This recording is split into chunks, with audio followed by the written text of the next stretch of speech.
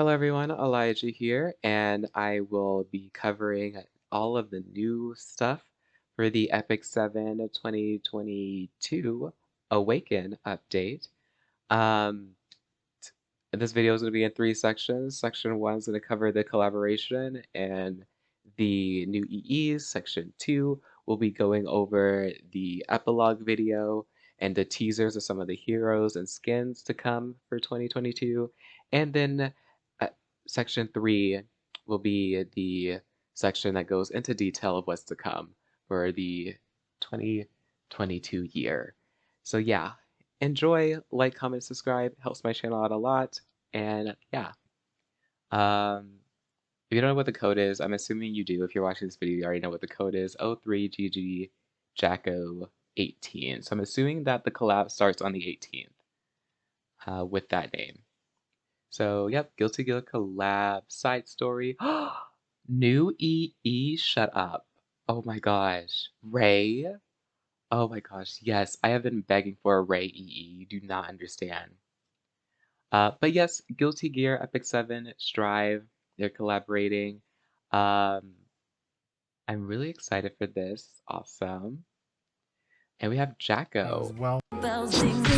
Okay, let's start with the beginning.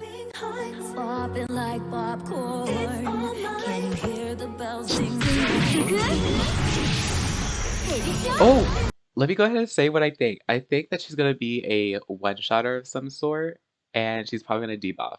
That's what I think Jacko's going to do. Probably gonna have some passive that either makes her extremely tanky or makes her like extremely fast. Those are my predictions of what is going to be her kit. Okay, so she is a fire warrior, which I think is pretty expected. Look at that, you see she has a passive. We already see she has a passive. And her design, I love her. I don't play Guilty Gear, but I think I love, out of all the Guilty Gear characters that they have in the game, I think I really like Jacko the best. And it's not because of the pose. Before people start being... Yeah. So let's see. She has effectiveness. Oh, wait, that's her, that's not her self-imprint. Let's see. What is her self-imprint? Okay, so she has attack, percent, and print. She has a crit chance. Okay, so she's probably gonna crit. So definitely gonna be a DPS. This seems like a slower DPS warrior. I'm not really familiar with I'm not familiar with like base HP defense attack stuff to know whether or not that's like high or low. So I'm just gonna keep going through. So her skills. Alright, skill 2, Trick or Treat. At the start of the battle, grant, oh gosh, look at that. Grants Chain of Chiron to the ally in the back row for 2 turns. After an ally attacks, when the target is stunned, increase combat readiness of all allies by 15%. This effect activates after all of the attacker's effects have occurred and can only be activated once every 3 turns. What do they mean by that? And the Chain of Chiron, after attacking, has a 25% chance to stun the target for 1 turn. And it cannot... an undispellable buff. Oh boy. That's the path we're going down, Epic 7. More and more undispellable buffs. Love that. Love that so much. So let's see it in action, because I personally don't get it. 2턴간 키론의 사슬을 발생시킵니다. 아군이 공격 후 at least I don't get what 대상이 triggers it. 증가시킵니다. 이 효과는 공격자의 모든 효과가 Oh snap! Wait. That's actually really good. Hold on, I just see what they did there. 상태라면 아군 전체의 Hold on. Yeah, they gave it to Politis. 행동 게이지를 최대 20% And then 증가시킵니다. 이 효과는 공격자 Oh, that's so annoying. Is this gonna be like an anti-cleave unit? Maybe? That's actually really good. I didn't even think about that. Politis, you can give it to, like, Belian or something with her AoE attacks countering and nonsense. Um, this may force kind of like an AoE meta, uh, putting a lot of heroes with a lot of AoE attacks in the forefront, especially Politis just getting better and better with every single Epic 7 update. 자의 모든 효과가 발생한 이후에 발동하며 Okay, 3턴에 한 that's actually really 번만 cool. 발생합니다. Giving the like debuff to an ally, making an ally debuff, so you don't have to actually worry about the hero themselves having to build effectiveness or anything. 키론의 사슬은 발생하는 기절 효과는 또한 이 스킬 Okay. 트리거월 트릿의 행동 게이지 증가 효과는 공격자의 Oh, 모든 so every 효과가 time they 발생한 후에 발동하여 키론의 사슬 강화 효과로 기절이 wait, so it's every time they stun, they increase their combat readiness. I'm assuming. I think that's what that was, right? Every time they stun, when a target is stunned, after an ally attacks. Okay, so yeah, they stun somebody and then increase the combat readiness. Okay. Okay, so and then also this can be stacked, right? With like other artifacts that stun? Because it seems like the effects it happens after the attacker. So if Politis is on Crown, she can stun with Crown, and then she has another chance of stunning again with this. So you really can like fully stun a team if you're lucky. Alright, now we have our S3. 키론의 사슬 강화로 기절이 후에도 포버 엘리시온 드라이브 Forever Elysian Driver, I think. That's what it is. Increase the attack of the caster for 2 turns before attacking an enemy by swallowing them with Jack-o'-lantern. When the enemy is defeated, grant an extra turn. Penetrates the target defense by 50%. When the target has a debuff, damage dealt increase. So you stun somebody and then you one-shot them. Yeah, that seems like that's going to be her kit. Very, at least it's not 100% defense pin. That'll be very annoying. But either way, this is still really good. She's going to definitely synergize very well with AoE units, it seems. Maybe bringing back Closer Charles. Ooh, Closer Charles could be another option, like a Closer Charles cleave. Who else? There's probably a lot of other units that can really work well with Jacko here. Well, Closer Charles is going to be built with effectiveness, so I guess not. Yeah, I guess they also had Blair Witch in there. Let's see the animation. You know, I think it already showed us 적을 that 삼켜 공격합니다. 처치 시 earlier. 추가턴이 발생합니다. 대상의 Let's see 방어력을 how much damage it's gonna 50% do. 관통합니다. 대상이 약화효과 상태라면 피해량이 Okay, 증가합니다. 15k. 1세트 She was 서번트 debuff. 던지기 Bro Servant. Attacks the enemy with a servant with a 30% chance to stun. Oh boy. We just... Gosh, I think stuns are probably the most annoying thing to go up against, to be honest. After attacking on the caster's turn, when the target has a debuff, activates Dust Attack, has an extra attack. Attacks the enemy by throwing them in the air, granting stealth to the caster for 1 turn. And the Soul Burn, only 10%, gives them a 100% effect chance to stun. I like this. I like this kit. I think it's very annoying. You can very much... I love control comps. I love, love, love control comps. And since the Dust Attack is an extra turn, you cannot be countered. Or an extra attack. But it's not an AoE attack, so I don't really think that's not going to make much of a difference. I don't think. Right? Because it's an extra attack? And it's only like a single target thing, right? 서번트로 적을 Let's see. 공격 상태라면 소울 10개 사용 시 Oh wait, I 스터택을 think I missed it. 스터택을 적을 공중으로 날려 공격하고 자신에게 Okay, 적을 공중으로 날려 공격 I 순간 keep missing 기절을 it. I'm sorry. 발생시킵니다. I'm just gonna let it play. I'm 자신의 just gonna let 턴의 it play. 공격 후 대상이 약화효과 상태라면 더스트 어택을 추가로 사용합니다. Okay, let's see this. 더스트 어택은 She does 적을 that, she throws 공중으로 that, 날려 they stun. 공격하고 자신에게 Triggers an extra 1턴간 attack, she 음신을 does 발생시킵니다. that. 소울 Okay. 10개 사용 시 And she 효과 gets 발생 stealth. 확률이 100%로 증가합니다. Okay, so I guess this is a way to keep her like alive and protected. So let's see our artifact. That's where the real money's at. 아티팩트. Increase effectiveness of all allies by 10%. If the target has a debuff when the caster attacks with a single attack, increase damage up to 24%. That is actually really good, right? That synergized with her very well. Assuming that she's going to probably be on a heavy debuff team, control comp style type thing. And isn't that like, what is it? What's the other artifact in the Guilty Gear collection? What is the other one? It is like, it is the one that came out with the fire dude, right? I think so. It is just like a damage increase artifact. Um, oh my gosh, I'm so mad that I cannot remember what it's called. I'm probably just gonna put a picture of it and like Google it after the fact, but I don't know why I can't remember what that artifact's called. But it seems like it's really good. A damage increase. It's pretty insane. But yeah, Jacko.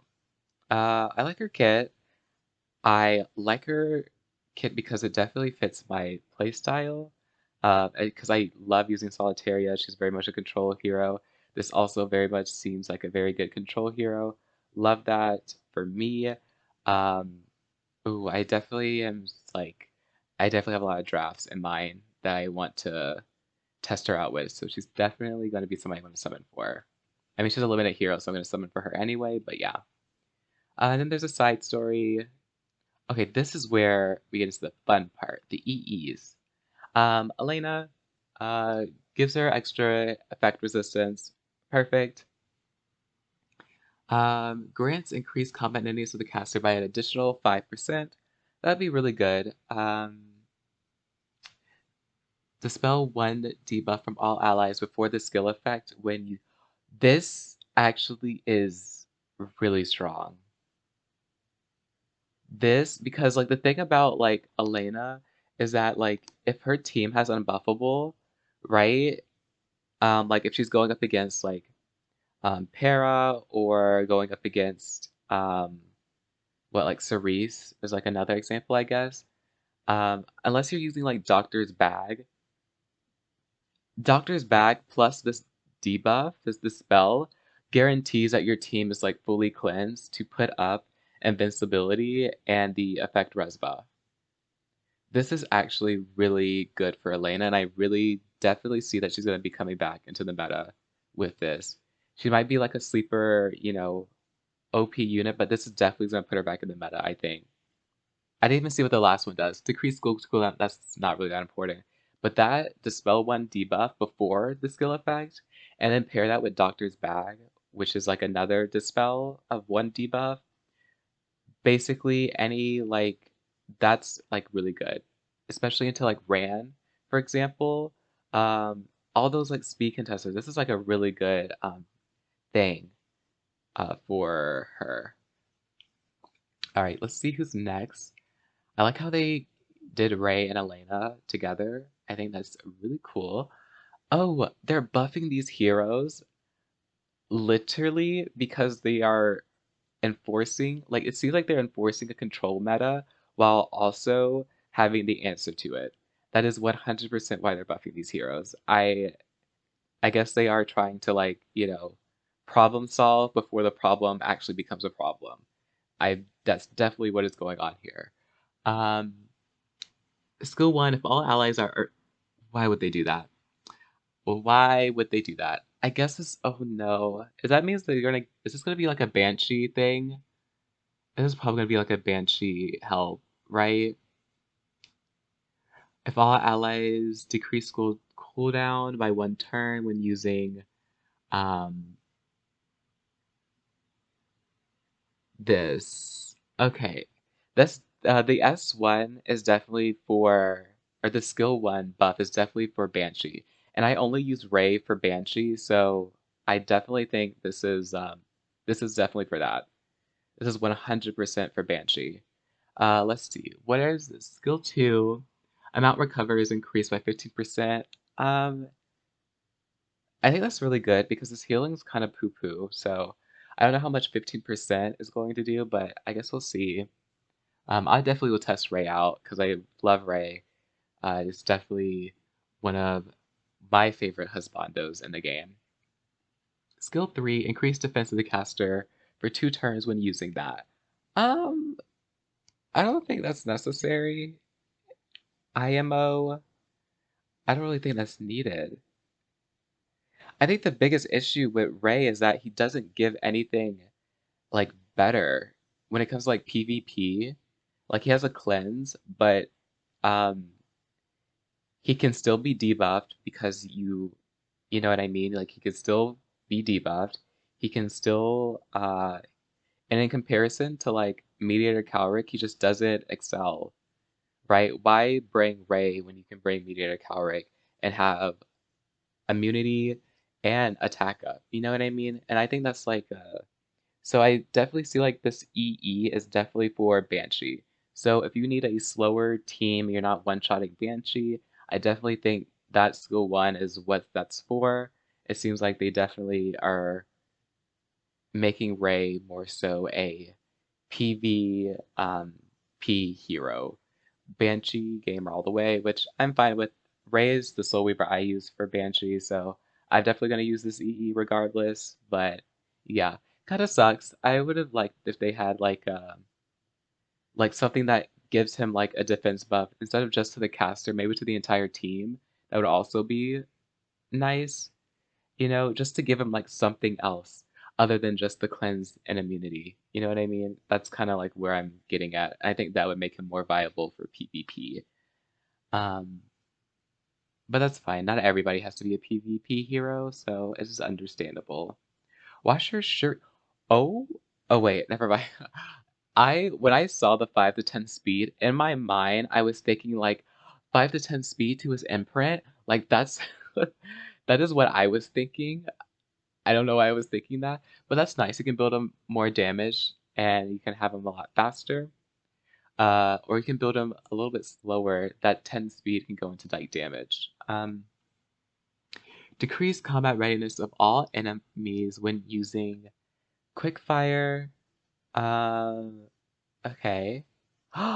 Grant skill null when you. This is really good. This is definitely a good thing. And yeah, this is definitely a good EE right here for PvP. Because the problem with Washer Shuri is after he S3s, he's kind of just dead weight.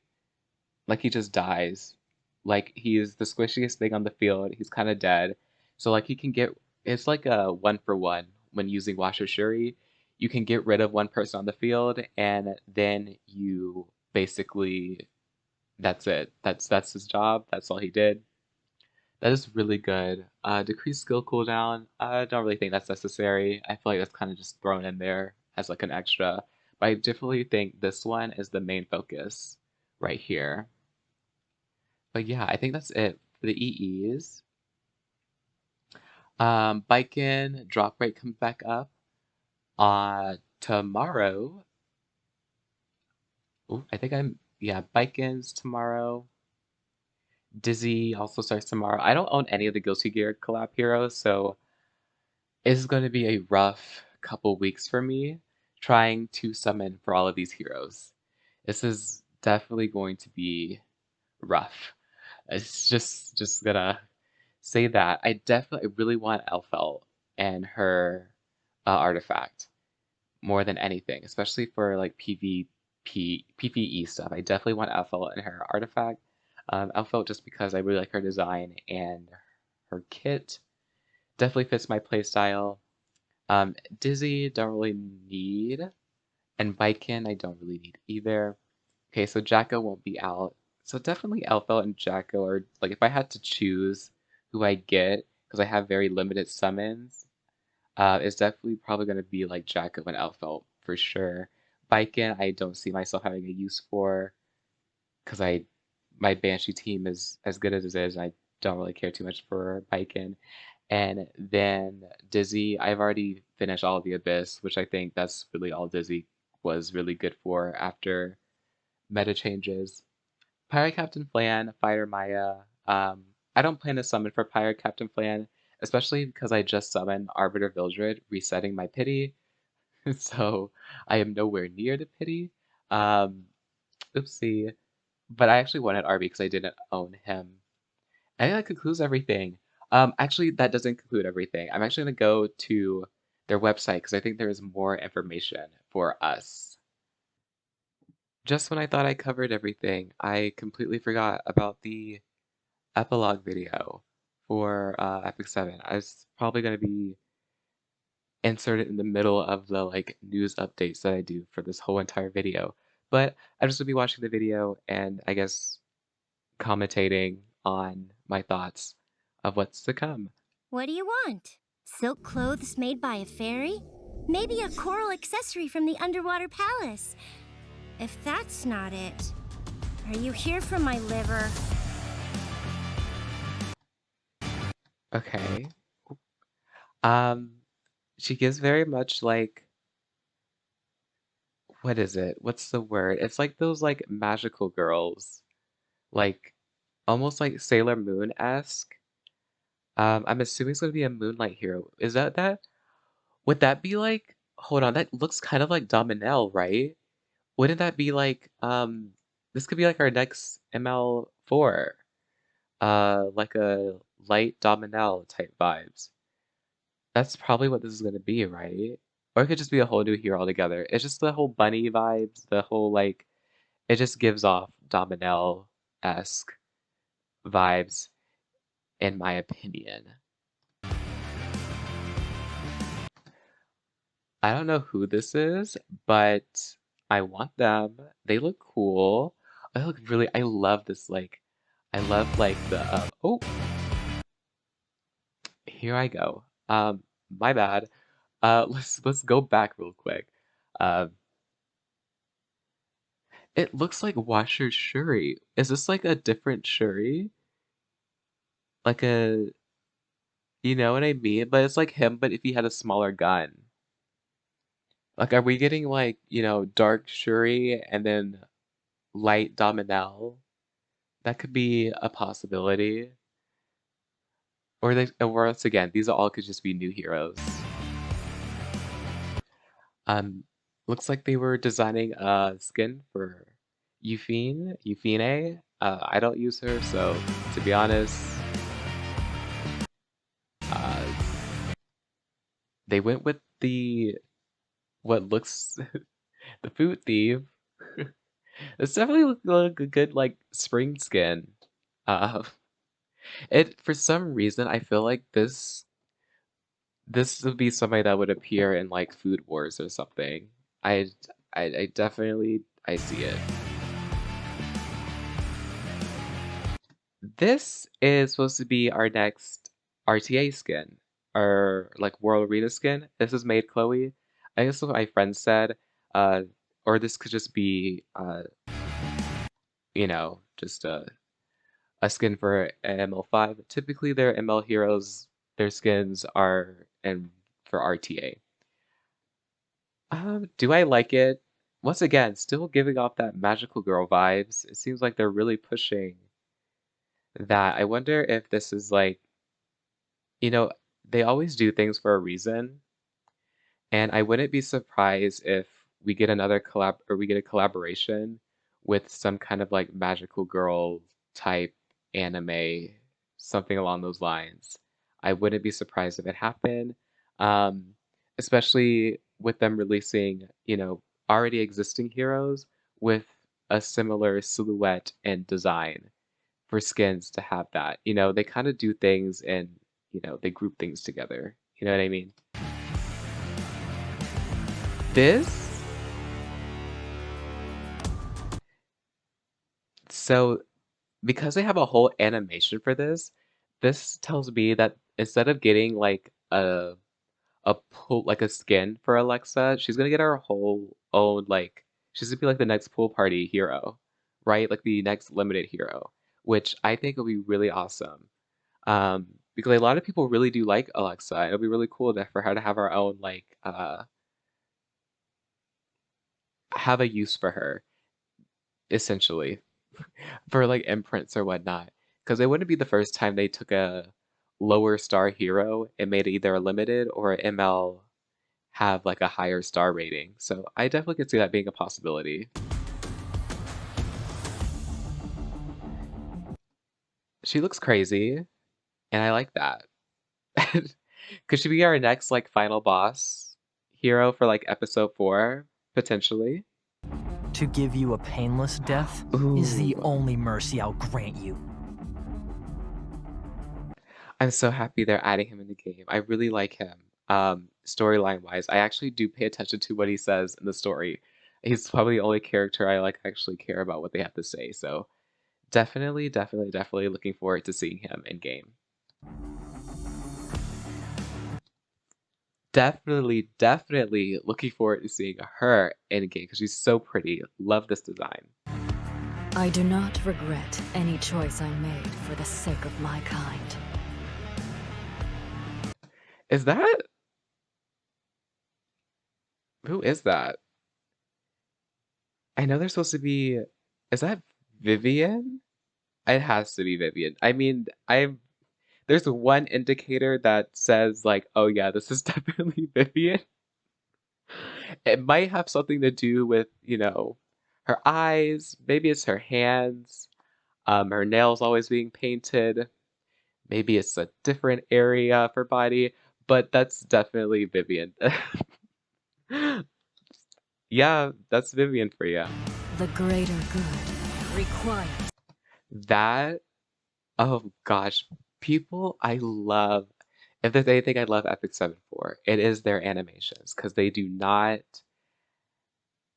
just don't slack when it comes to S3 animations. Period. Like it's always so nice. I love this. Oh my gosh. Love this. I can't wait to see what it's gonna be. I hope she's like OP. I have so many Vivians. Like, yeah, totally, totally, totally. Yes. Sacrifice. It's time to test the limits of my. She looks way too. Wait, is this Vivian?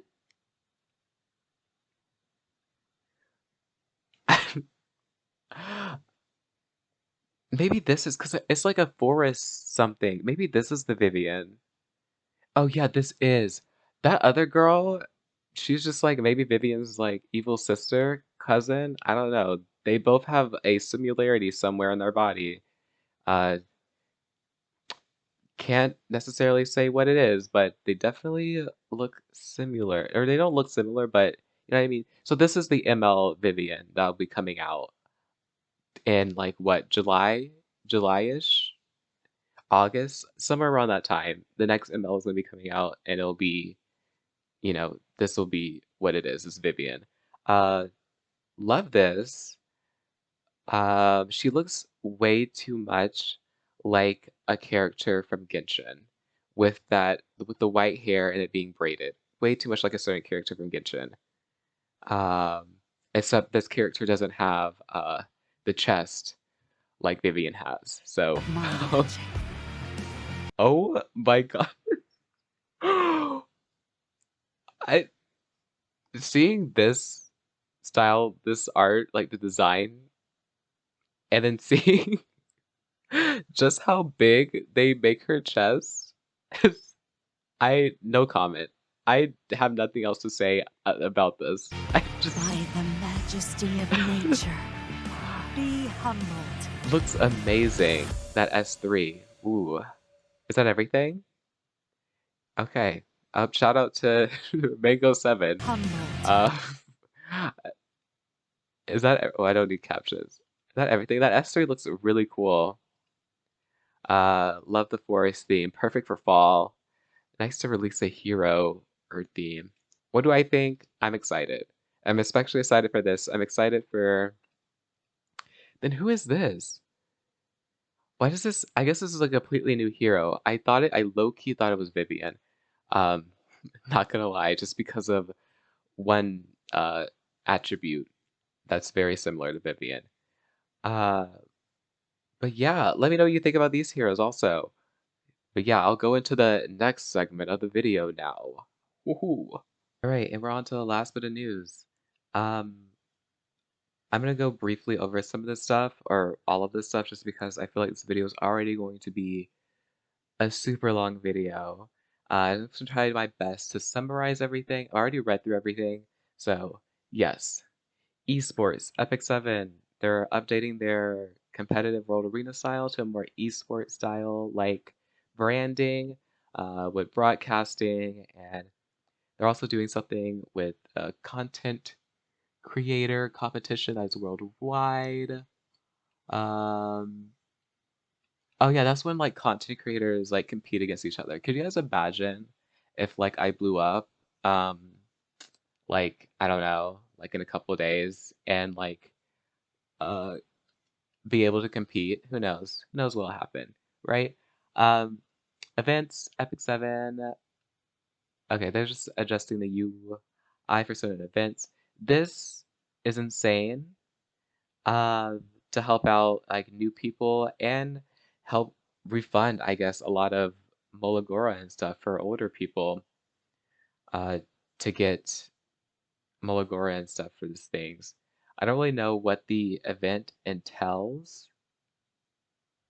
Yeah, it'll be in April. A lot of the stuff will be in April, but tons and tons of Moragora, like 200, like Moragora. Like we are getting Mola like crazy. So make sure to participate in all the events and stuff because I feel like it's going to be like a community group type thing.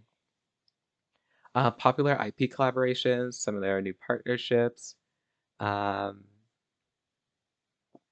fun web novel, cool, more story for I think this is definitely needed for people who like actually like the story but hate how the story is formatted in the game.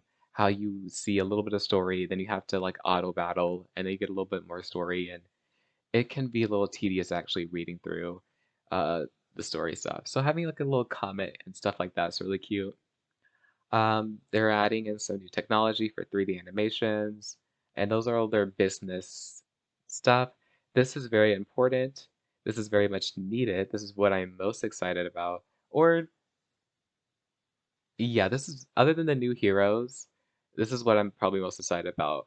Um, a guaranteed 4 to 5 star hero. This is amazing.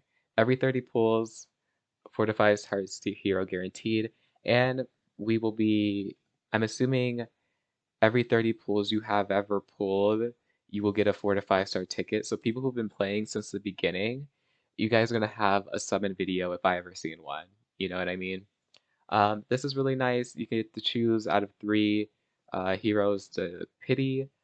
I guess summon for. I'm assuming that they aren't all in the summoning session, right? 3 types of, at least the same type, because like one you desire is still 200, the rules will remain the same.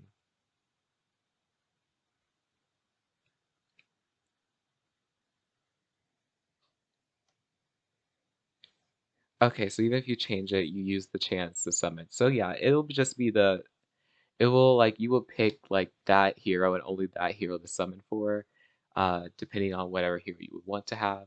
This will make it a lot easier to get Moonlights during those like off weeks where there's no new hero.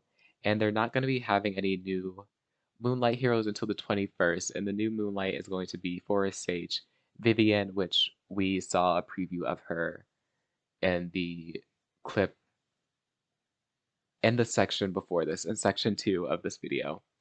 Um, Custom group summons, they talked about this before, and this will be um,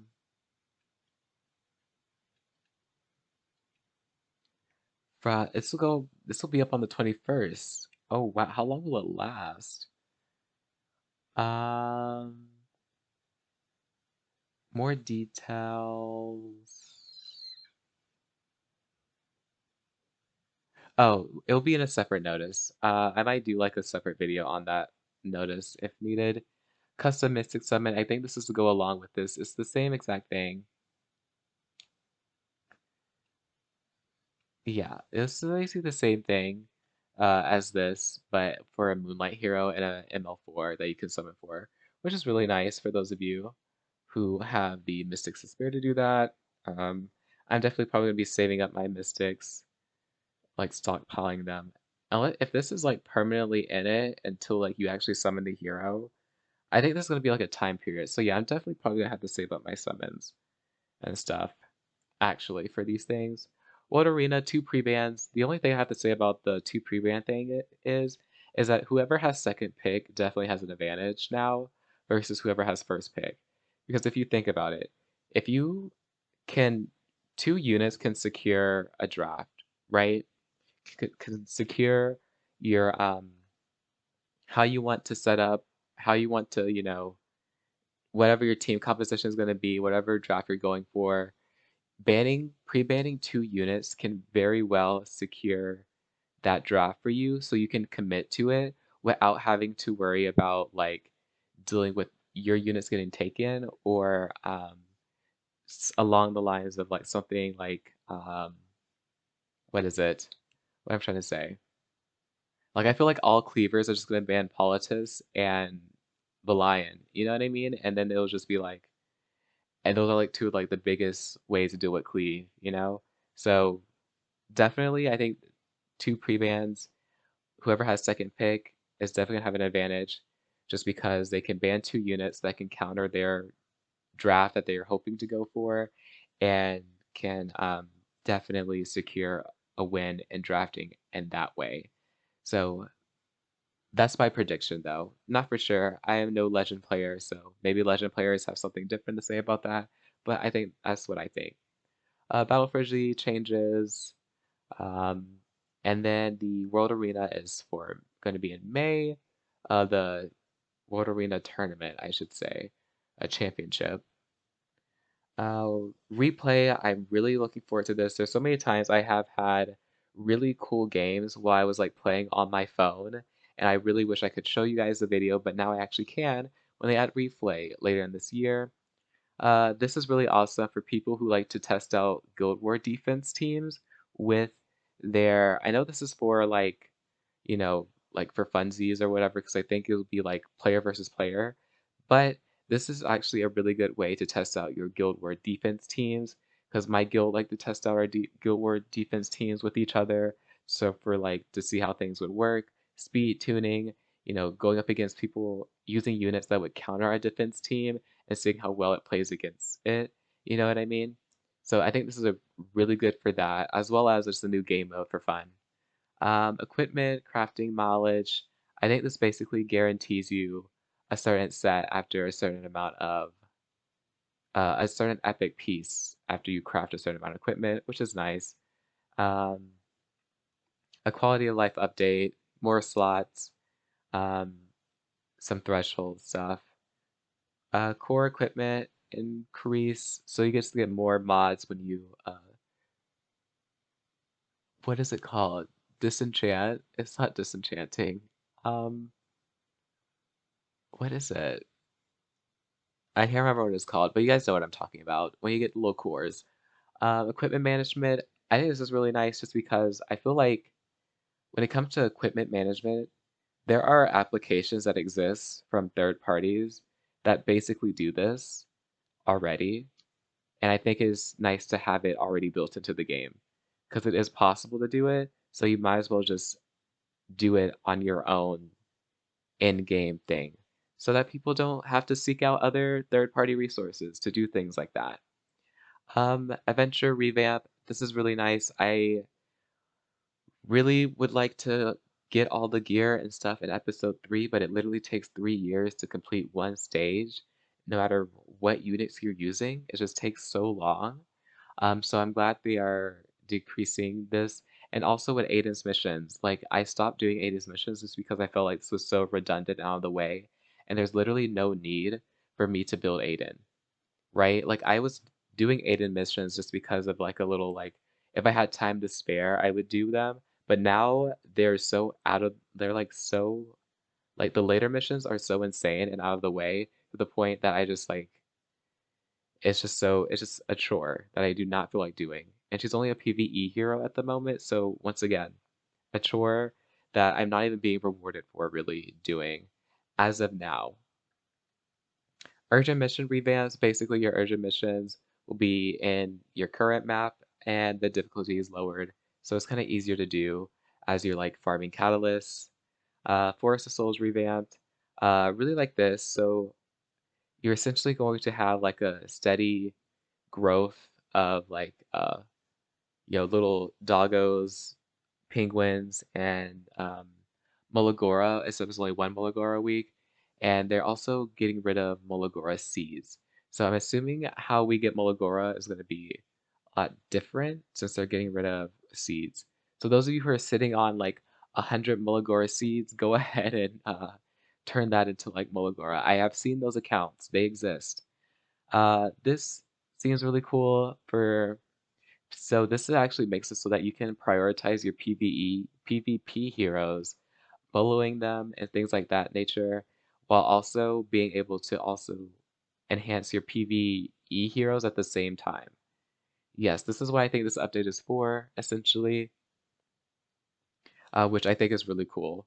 I really think this is awesome of a thing to have in the game because I'm trying to work on better expedition teams, but it's really hard for me to waste Mola on expedition units when I'm only going to use them for that, when there's like RTA and stuff that I have to also worry about getting units built for. So this helps like balance. So I don't have to like really sacrifice much for committing to building PvP units. So my PvE only units can also be built. Pet generations, I haven't touched pets in years, so I haven't even touched pets in months. That's the more accurate response. I have so many pet tickets I'm just sitting on, so maybe I will uh, do a pet revamp haul on my account when this update comes out. Hollow Trials revamp, just a new skill effect filter, and smaller group ranking. So the lower people or smaller group people who don't have necessarily the units and stuff to deal 30k or 30 million damage in a run can get some recognition, I guess. Abyss Challenge modes. I'm excited for this. I'm definitely going to be doing videos on this when this is released, on like guides and me doing different challenges. I love the Abyss.